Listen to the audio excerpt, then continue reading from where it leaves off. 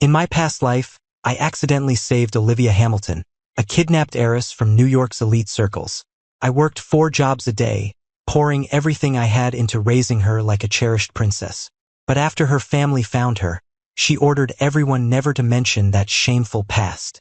Mr. Hamilton, Olivia's grandfather, grateful for what I'd done, asked what I wanted. Back then, I naively said, I want to marry Olivia. I want to take care of her forever. But I didn't know that from the day she returned to the Hamiltons, Olivia had fallen for Liam, another wealthy socialite. After we married, she treated me with extreme coldness, even wiping her hand with a handkerchief immediately after holding mine. Later, she got pregnant. To avoid being labeled an adulteress and be with him legitimately, Olivia pushed me off a high-rise herself. Before I died, she told me casually, Liam was always my first choice. The backup could have been anyone. Ethan, how could a lowly poor man like you ever deserve to be my husband? Then I opened my eyes, back on the day Mr. Hamilton asked what I wanted. This time, I put aside my foolish dreams and booked a flight out of New York City for the following week. Calmly, I told Mr. Hamilton, I'd like a sum of money, and then I'll leave New York to pursue the life I want for myself. What? Are you really willing to leave Olivia? Hearing my answer, Mr. Hamilton frowned, his eyes filled with disbelief. Everyone knew how much I loved Olivia. They all assumed I'd used the fact I saved her life as leverage to make her marry me. In my past life, that's exactly what I did. And what I got in return was coldness, disdain, and ultimately, death. The feeling of hitting the ground, my body shattering, is still painfully clear. Even the look of relief in Olivia's eyes as she pushed me is etched in my memory. Reborn, I don't want to chase foolish dreams anymore. I took a deep breath, gave a calm smile, and looked at Mr. Hamilton. Olivia and I are worlds apart. She deserves better. I also want to pursue my own life. Please, Mr. Hamilton, grant me this. Mr. Hamilton, sitting opposite me, was silent for a long moment before sighing and nodding. You're right. The difference in your statuses is too great. It wouldn't lead to happiness. The Hamiltons are grateful you saved her life and put so much effort into raising her so well. I'll give you whatever amount you ask for. He looked up at me. Ethan, you don't actually have to leave New York. I would certainly help pave the way for your future here. Hearing this, I smiled and shook my head, lowering my gaze and murmuring, a bird needs open skies to fly. I want to experience a life that doesn't revolve around Olivia. Mr. Hamilton, please don't tell her I'm leaving just yet. She's just taken over the company and is very busy. I don't want her distracted by this. Leaving the Hamilton estate, dusk was settling. Just as I pulled open the car door, my phone rang in my pocket. I pulled it out and saw it was Olivia. In my past life, around this time, she and Liam had already developed feelings for each other. But I had used the life-saving favor to have Mr. Hamilton force her to marry me. After the wedding, lost in my own happiness, I didn't notice anything until I walked in on Olivia and Liam kissing passionately. Only then did I realize someone else already occupied her heart. Snapping back to the present, I answered the call. Before I could speak, Olivia's furious voice erupted from the other end. Ethan, I told you to bring that file over. Are you dead? Look how long it's been. You can't even handle such a simple task. What use are you? Her yelling reminded me I was supposed to deliver a document to her. I took a breath. I forgot. If this were before, I would have groveled, apologized profusely, and rushed it over. But now I suddenly didn't want to. Olivia on the other end was silent for a long time, as if she couldn't process it. Finally, she muttered, You forgot that? Idiot. Whatever. Make dinner. I'm coming back soon. With that, Olivia hung up without giving me a chance to reply. I stared at the disconnected call screen, an undeniable pang of bitterness rising within me, tears welling in my eyes. The next second, I quickly opened a booking app. I booked a one-way ticket overseas for the following week. 5 years ago, living in a small town upstate, I accidentally saved Olivia after she'd been kidnapped and fallen off a cliff. She was severely injured and had lost all memory of who she was or what had happened. I spent all my money nursing her back to health. After reporting it, the police told me they couldn't find any information about her identity and asked me to look after her for the time being. That turned into 5 years. Once Olivia recovered, she revealed a completely different side. She was incredibly smart, and her beauty was simply breathtaking. The people in town used to tease me. Looks like Ethan found himself a wife. I was too shy to argue, but deep down I felt happy. As an orphan who grew up relying on the kindness of neighbors, Olivia's arrival changed my life in ways I hadn't realized. I gradually got used to having her around, so I dropped out of school and started working 4 jobs a day to support Olivia's education, making sure she had good clothes and food. Over 5 years, I raised her into a beloved, cherished young woman. Olivia was diligent too. She did well in her studies and was very good to me. She'd secretly work part-time because she felt bad about how hard I worked, using the money she earned to buy me new clothes I couldn't afford myself. Day after day during the cold winters, she'd come to meet me after my shift. After 5 years of this mutual care and affection, Olivia's family found her. That's when I understood why the police couldn't find her identity back then. She was a high-profile heiress from New York's elite, carefully protected by her family from public knowledge since childhood. The day we left the small town, Olivia gently held my hand. Her eyes curved into crescents as she smiled. "Ethan, come with me. From now on, it's my turn to take care of you." When I pushed open the door, faint light illuminated the living room. Olivia, wearing an obviously expensive, custom-made little black dress, sat on the sofa with a dark expression. Hearing the door open, she slowly turned her head, her voice laced with ice. "Where were you? Didn't I tell you to stay home?" I stood frozen for a long moment, then wordlessly flipped on the main light. I answered her question nonchalantly. "Mr. Hamilton had something to ask me, so I went back to the estate." Then I walked into the kitchen, expertly tied on an apron, and started cooking. Seeing my indifferent attitude, Olivia instantly flew into a rage, storming into the kitchen. "Ethan, are you trying to start something? What kind of attitude is that?" I don't know when it started, but her words towards me were always barbed. In my past life, I just assumed she was stressed from taking over the company. But now I knew, because the love was gone, there was naturally no need for politeness. A wave of bitterness washed over me. I took a deep breath, put down the knife, and turned to face Olivia. "What kind of attitude do you want me to have?" "Olivia, I don't owe you anything." Hearing this, her hands clenched tightly at her sides, knuckles cracking. Her eyes, bloodshot, glared at me as she sneered. "Don't owe me? Ethan, if it weren't for me, would you be living in such a nice house, driving such a nice car? Don't forget, you were just an orphan from a small town. The more familiar someone is, the better they know where to stick the knife for maximum pain." My heart shattered into pieces, but I had to hold back the tears. After a long pause, Olivia seemed to realize what she'd said. Her anger subsided, and just as she was about to speak, her phone rang. As soon as she pulled it out of her pocket, I saw the name Liam on the screen. Compared to her explosive anger towards me, Olivia's tone with him could only be described as gentle as water. "Liam, don't worry, I'll be right over to pick you up. Just stay put in the car, okay?" Olivia said, anxiously leaving the kitchen without even glancing back at me. Not until the door clicked shut did I stumble and collapse onto the cold floor. Tears finally escaped, uncontrollably streaming down my face. Sobbing, I clutched the fabric over my left chest, whispering painfully, "Olivia, every time you say that name, are you thinking of me? Ethan, or him, Liam?" That night, Olivia didn't come home. The next day, I saw the trending news. Pictures of her being carried into a villa by Liam. Everyone was saying that Olivia Hamilton, the New York heiress, and Liam, the wealthy socialite, were getting close. A match made in heaven finally coming together.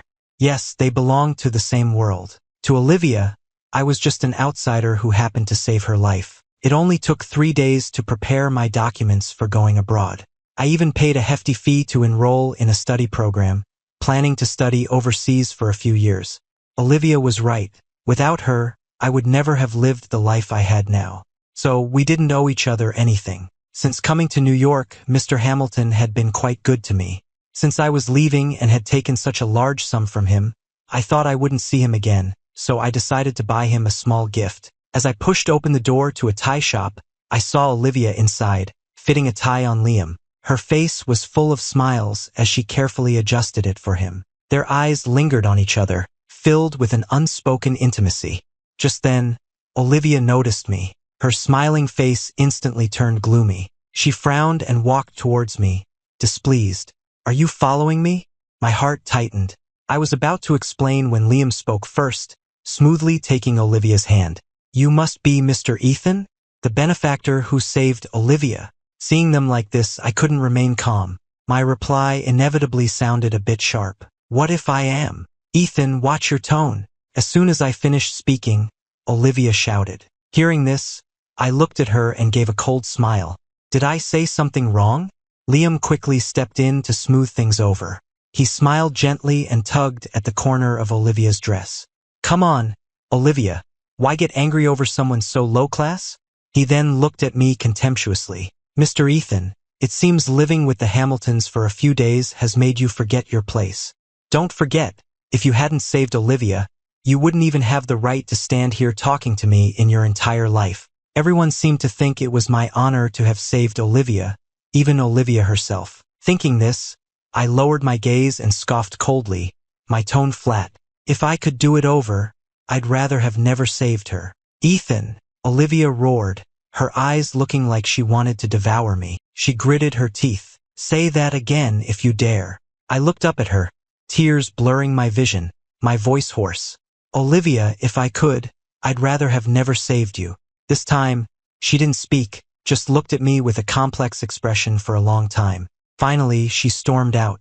Liam immediately moved to follow her, but as he passed me, he abruptly stopped, turned his head, and grinned triumphantly. "By the way, there's some good news I think I should share with Mr. Ethan. Olivia's pregnant." Those two words instantly froze the blood in my veins.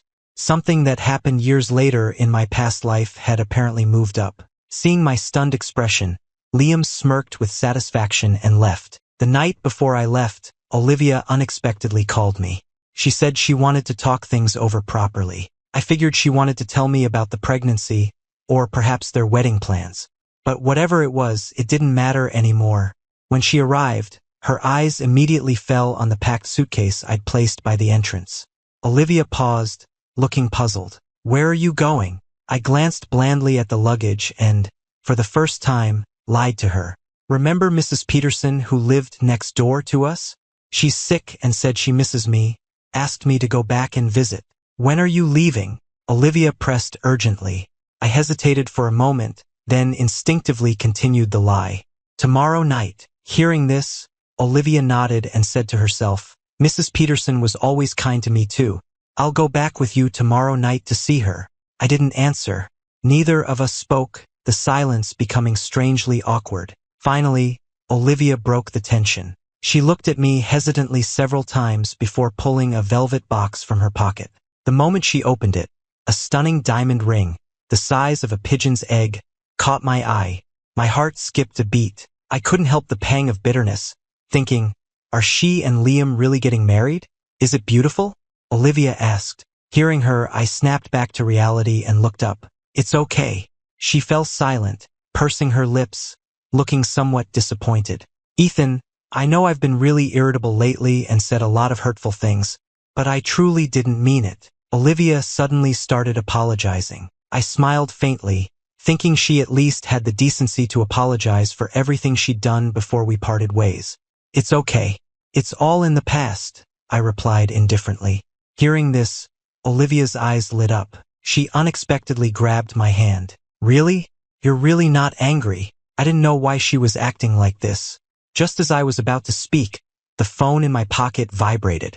I gently pushed Olivia away, took it out, and saw a message from the real estate agent I'd contacted earlier. "Mr. Ethan, the rental arrangements you requested have been finalized. The landlord will contact you upon your arrival." I turned off the screen and looked back at Olivia. This was truly goodbye. So I took a deep breath and smiled at her, something I hadn't done in a long time. "Yes, I'm not angry."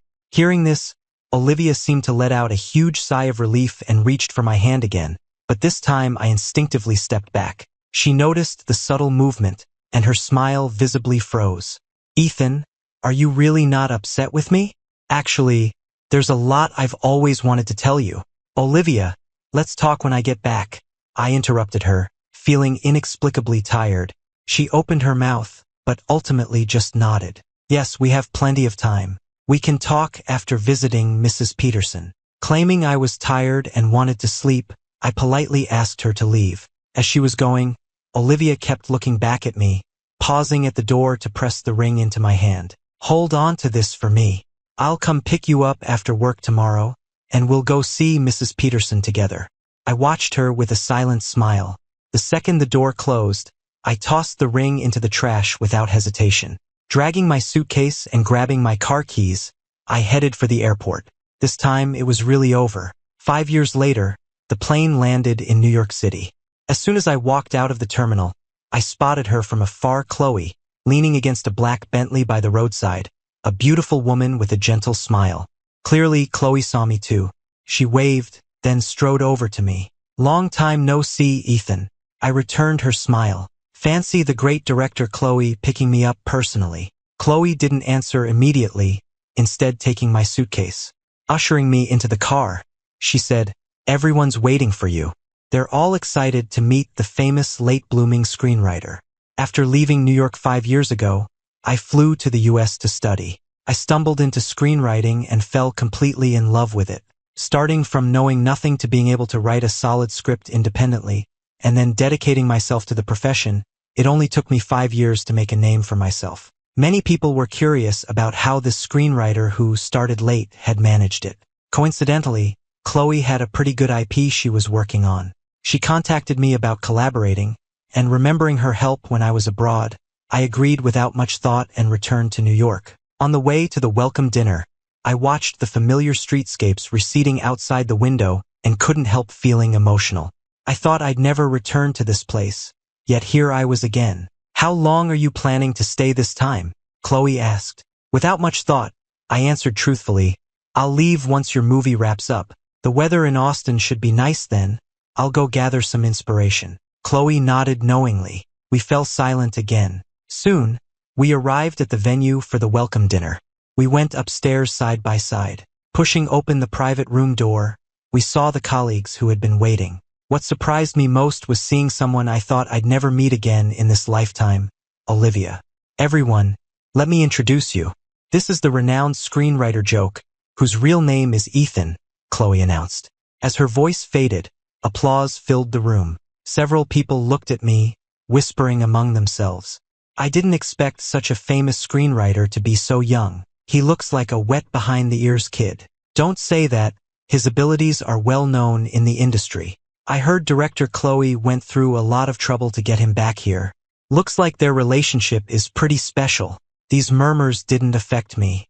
I pulled my gaze away from Olivia and offered a calm smile to the group. "Please just call me Ethan. I look forward to working with all of you."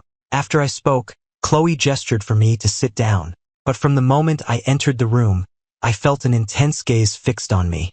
It was obvious who it belonged to.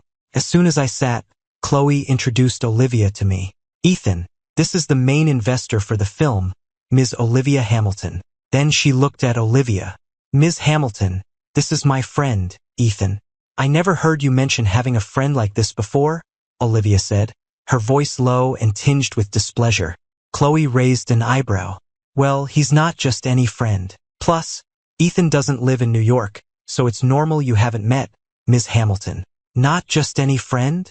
Olivia repeated the words slowly, then let out a cold laugh. Sensing the awkward atmosphere, everyone else tactfully quieted down. I poured myself a full glass of wine, stood up abruptly, and looked at Olivia.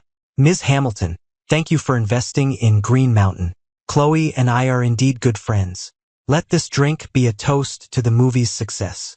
With that, I tilted my head back and started downing the strong liquor. But this action made both Chloe and Olivia jump to their feet simultaneously, frowning at me.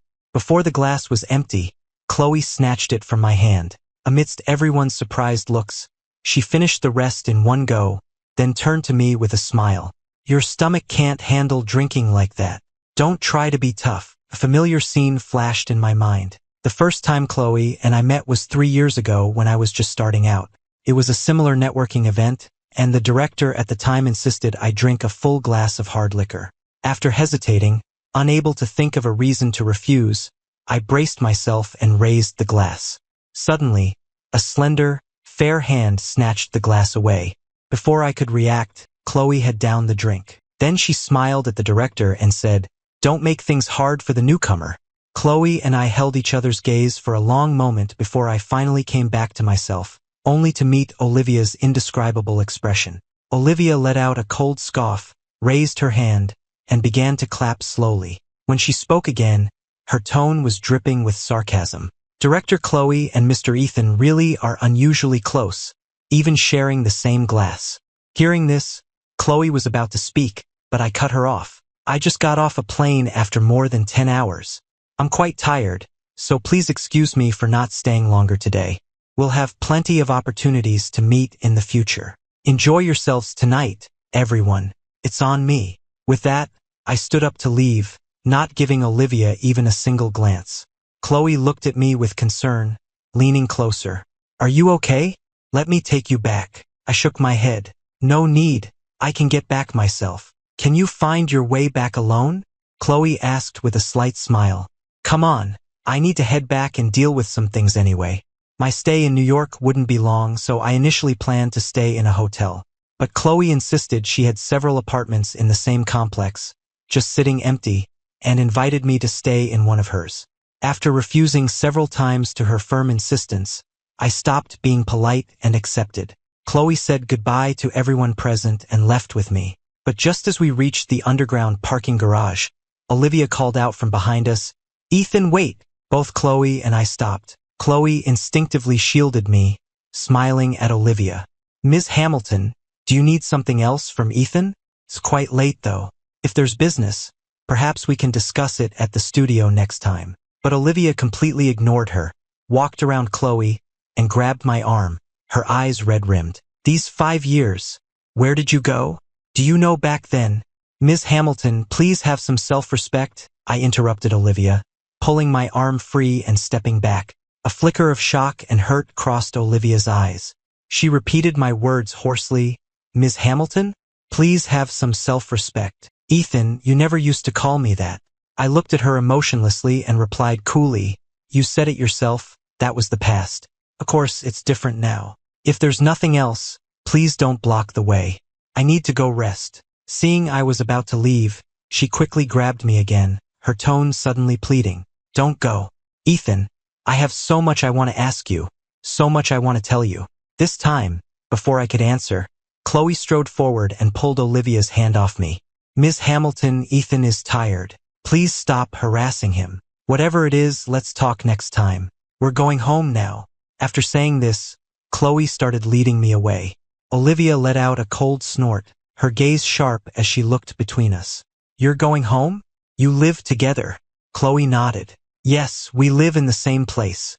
I don't care what past you had with Ethan, but right now he's exhausted and needs rest, so stop bothering him." With that final word, Chloe gave Olivia no further chance and led me away.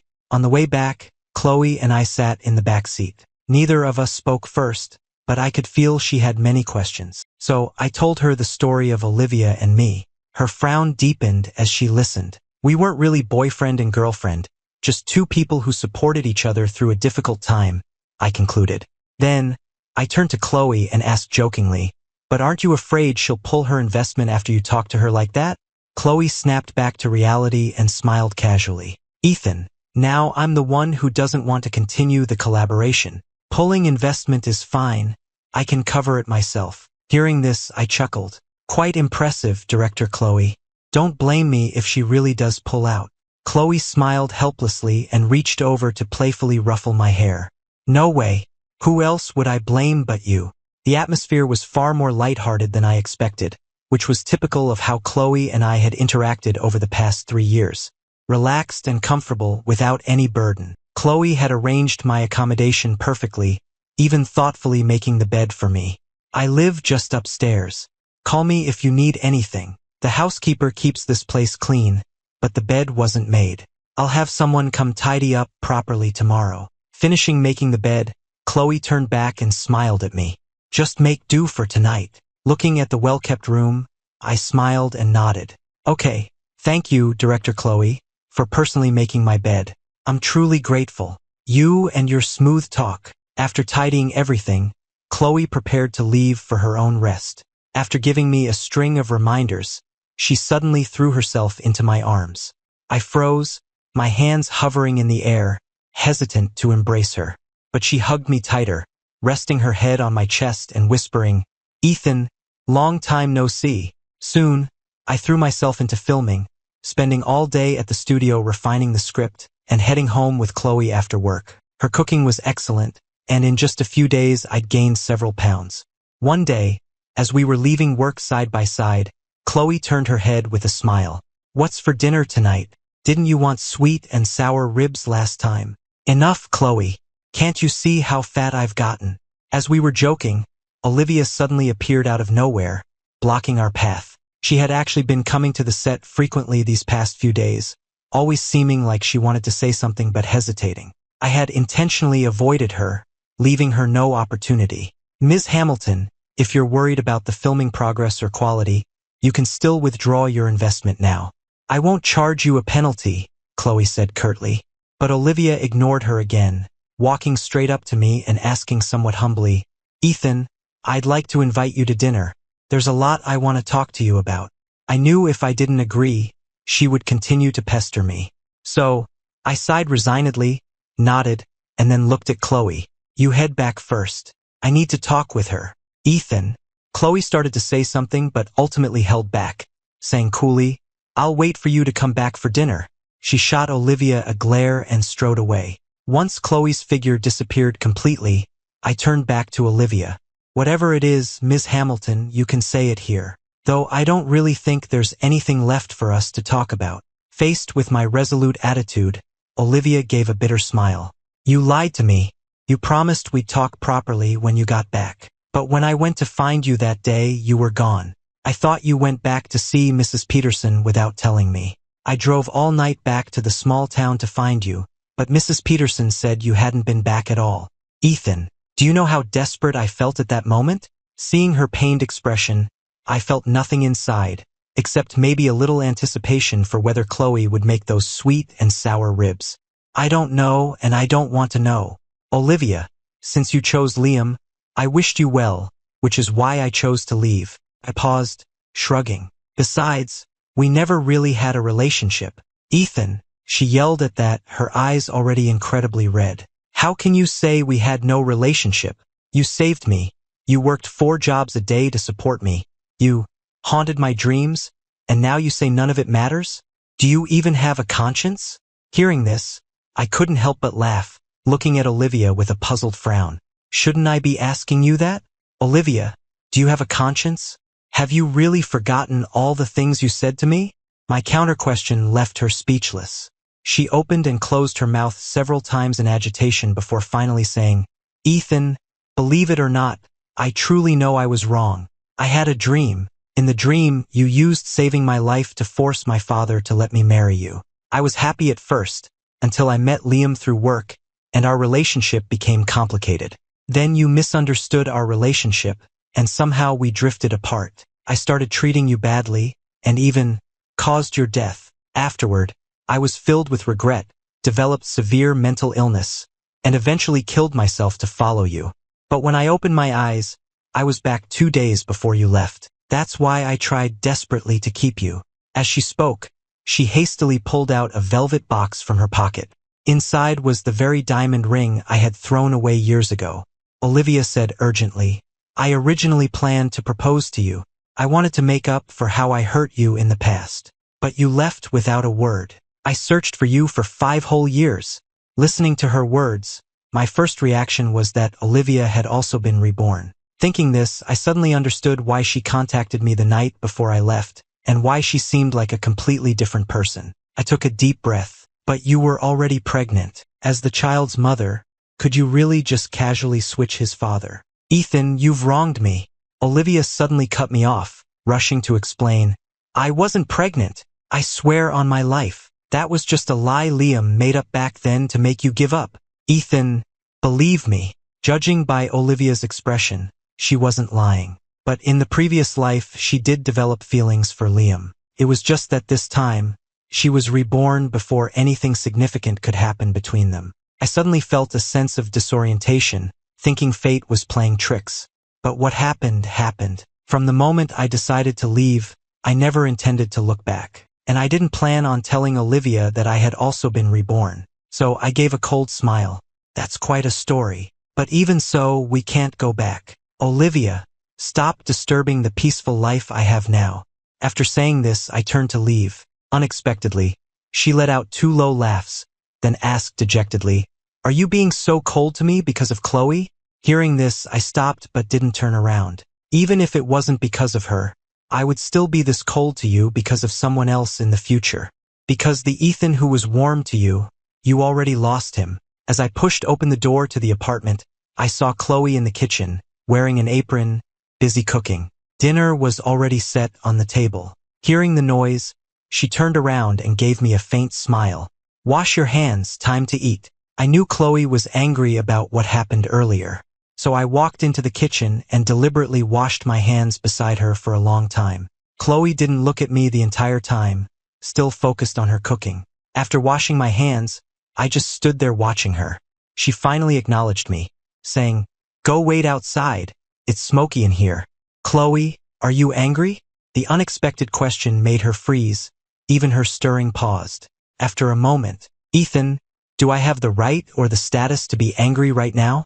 There was a strange sadness in her voice when she asked that. In the 3 years I'd known her, Chloe had always been sunny and cheerful. Being with her these past 3 years brought me a lot of unexpected joy. Our relationship had been somewhat ambiguous for a long time. But back then, I needed to study to build my own life, and she was also busy forging her path, so we tacitly avoided the subject. Until this time, when Chloe proactively invited me back to New York to work on Green Mountain.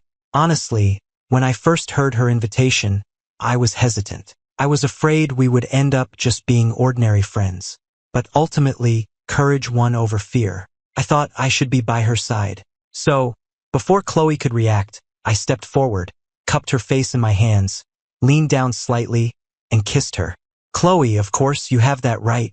I could feel her body trembling slightly, then stiffening. After a long moment, she dropped the spatula she was holding, turned off the stove, and then hugged me tightly, standing on her toes to deepen the kiss, moving from gentle to passionate. Chloe was much shorter than me, so with a simple turn, I easily lifted her onto the kitchen island. One of her hands rested on my chest, the other hooked around my neck. The air crackled with electric chemistry. We were like fish stranded on a beach, gasping for air. Not until I placed her on the soft mattress, even in the dim light, could I clearly see the unconcealed desire in Chloe's eyes. Like exploring a precious treasure, I gently caressed her face, then lowered my head for a soft kiss on the corner of her lips. She didn't answer directly, but tilting her neck up to kiss me again was the best answer possible. Sensing I was awake, Chloe walked in wearing her pajamas. From the moment she saw me, the smile never left her lips. She sat on the edge of the bed, leaned over, and kissed me. "Want to keep sleeping or eat something?" "Let's eat." I returned the kiss, got dressed, and took her hand as we walked out of the bedroom. The food she had reheated was on the table, including the sweet and sour ribs I had been craving for so long. The happiness of that moment was indescribable. Since confirming our relationship, Chloe and I stopped hiding it at the studio. Soon everyone knew we were dating, including Olivia. "Ethan, tell me they're lying." She burst through the door of my break room while I was revising the script. Her sudden entrance shattered my train of thought, and a surge of irritation rose within me. I put down the script and frowned at Olivia. "Didn't anyone teach you to knock before entering?" Olivia fell silent, just looking at me, waiting for me to deny my relationship with Chloe. But I disappointed her. I looked up at her and said calmly, "They weren't lying. Chloe and I are together. We'll let you know when we get married, Miss Hamilton. Maybe you can come and give a wedding gift." My indifferent attitude thoroughly enraged Olivia. She strode towards me, gripping my shoulders tightly, asking frantically and angrily, "Are you still holding a grudge against me for what happened before? Are you still acting out because of those things? But Liam and I really have nothing going on. Ethan, the person I've loved from the beginning has always been you. I will never forget that you saved my life, nor will I forget the 5 years we lived together in that small town. We were each other's everything. How did we become strangers? As she spoke the last words, a scalding tear fell onto my face. Olivia looked at my neck with empty, despairing eyes. There was an unusual red mark there. Her pupils contracted sharply. She raised her hand and tried to rub it vigorously, but it only got redder, not disappearing. Realizing what it was, Olivia's hand fell limply. You too. I couldn't stand it anymore. I pushed her away forcefully and stood up abruptly. Olivia, since returning to New York, you forbade anyone from mentioning our past. I personally heard you tell those friends that those 5 years were the most humiliating time of your life. Later, you and the people around you repeatedly reminded me that I only have the life I have today because I saved you. Don't forget, you said I was just an orphan from a small town, that without you, I would never have become who I am today. No, that's not true. She wanted to refute it, but she couldn't find the words. I took a deep breath, feeling weary. It's true that without the Hamiltons' generosity, I wouldn't have the life I have now. But I saved your life, so we're even. I don't want to be even with you, Olivia shouted, tears streaming down her face, stepping forward again to grab my hand. Seeing this, I quickly stepped back. Don't come closer. Olivia, I know the dream you mentioned is because you were reborn, because I was too. Hearing this, she stopped abruptly, looking at me in disbelief. It's precisely because everything I experienced in my past life, the horrific images of my death, still frequently appear in my dreams, that I can't forget what I truly went through. Heaven gave me a second chance, and I don't want to get entangled in meaningless, toxic relationships again. I'm doing very well now, very happy. I hope to protect this happiness from being disturbed, which is why I never told you about being reborn. Now you know why I left you. I hope you can respect my decision. I took another deep breath and looked up at her. So, please stop bothering me. In the end, Olivia left without saying another word. I thought we probably wouldn't see each other again, but I never expected to hear news of her suicide attempt that very night. They said when the paramedics arrived, her body was already losing warmth. Olivia had submerged herself in the bathtub, the cuts on both wrists deep enough to expose bone clearly. She had been determined to die. Luckily, her housekeeper found her in time, saving her life. Chloe asked if I wanted to go see her. I was silent for a moment, then smiled at her. Director Chloe, you're being so generous? Maybe I should just get back together with Olivia, have 2 girlfriends. Hearing this, Chloe chuckled and snuggled into my arms.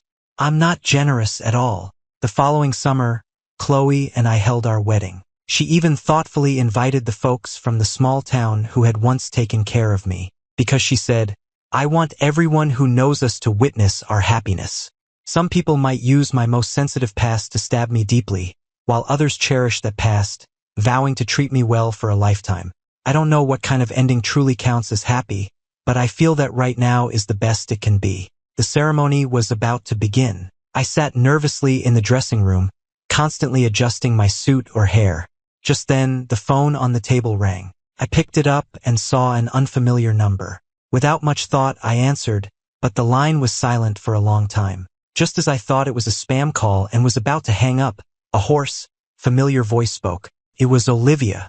Ethan, I heard you're getting married today. Yes. Hearing my answer, Olivia was silent for a moment, then chuckled sadly. I always thought the person marrying you would be me. Later, I did marry you, but I didn't know how to cherish it. I deserved to lose you. Ethan, you said you didn't want to see me again. So even when I tried to use suicide to keep you, it didn't work. You were cruel to me for the first time. Hearing this, I sighed deeply. Olivia, when I was good to you, I nearly gave my life. So even if I resent you now, my conscience is clear. I know. That's why, no matter how unwilling I am, I chose to let you go. She suppressed her smile, her voice lowering. At least Chloe is someone who can make you happy. It's just such a pity I won't get to see you walk towards happiness. From now on, I'll travel the world. In every place I visit, I will sincerely pray for you, wishing you peace and joy. If one day you stop receiving my blessings, perhaps I'll have truly died far from home. As she said this, Olivia's tone held an unprecedented sense of calm acceptance. But being away from you, dying far from home might be the best ending. Finally, she said, Ethan, I'm sorry, And, I love you. Memories suddenly flashed back to the summer 10 years ago when I found Olivia. The young girl in a white dress sat beside me as we watched the orange sunset. Olivia suddenly turned to me and said, "Ethan, I want to watch the sunset with you forever." The wedding march began to play at that exact moment. I hung up the phone and placed it on the table. I walked towards my new life,